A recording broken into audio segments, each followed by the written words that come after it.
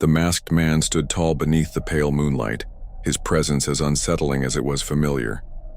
Avon gripped the hilt of his blade but did not draw. His instincts whispered that this was not an enemy. Yet.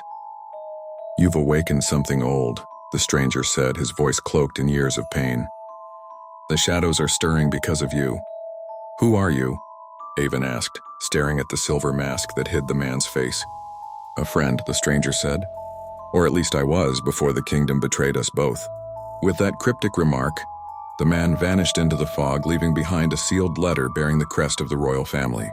Avon opened it that night in silence. Inside was a map, leading to the ruins of the Forgotten Temple, and a single line written in an unfamiliar but hauntingly elegant hand. "The truth lies beneath the blood-soaked stone." Avon journeyed through a forgotten valley, where time itself seemed reluctant to move.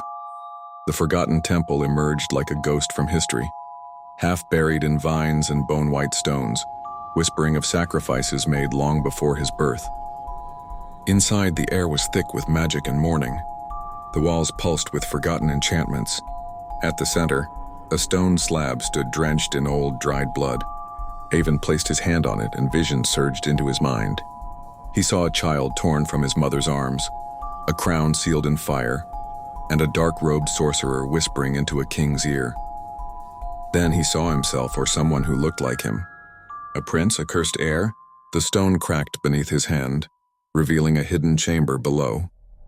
And in that chamber, the corpse of a woman who looked eerily like his mother, wearing royal robes. His world began to fracture. The truth festered like poison in his chest. Was he of royal blood? Was everything? The poverty, the pain, the orphanhood, a carefully crafted lie? He returned to the city under a different name, hiding in plain sight. And in the shadows of the city, he met her again. Lyra, the secretive healer with a forbidden past. But now their love was dangerous. She too had secrets. She knew who he really was.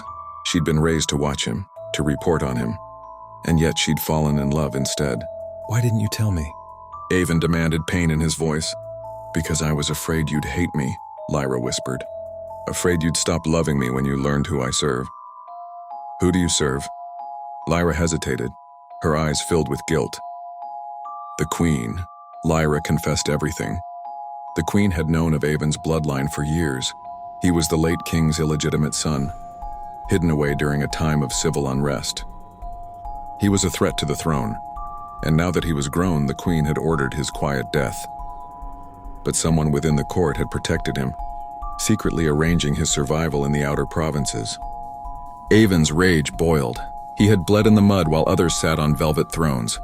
He had lost friends, watched innocents die, and suffered under cruel masters while those with his blood lived in palaces. He vowed to uncover every truth and take back everything stolen from him. Lyra, torn between her love and her loyalty, begged him to be cautious. "You don't know the darkness you're walking into." But Avon had already decided he would no longer run from the past. With Lyra's reluctant help, Avon infiltrated the Raven Court, the secret inner circle of the Queen's most trusted spies. Disguised as a servant boy, he moved between rooms, collecting whispers, maps, and passwords. He learned of assassination plots, secret prisons, and worse, of a prophecy. One that spoke of a cursed star, born of fire and shadow, who would either bring salvation or ruin to the kingdom. And it pointed to him. In the shadows, he met a strange figure, a blind prophet chained in the Queen's dungeons who hissed through broken teeth. "You are the echo of an ancient betrayal. And before your story ends, and you must choose who dies, your love, your bloodline, or your soul." Avon left the dungeon shaking, the prophet's final words burning in his ears. "No throne is ever claimed without a sacrifice."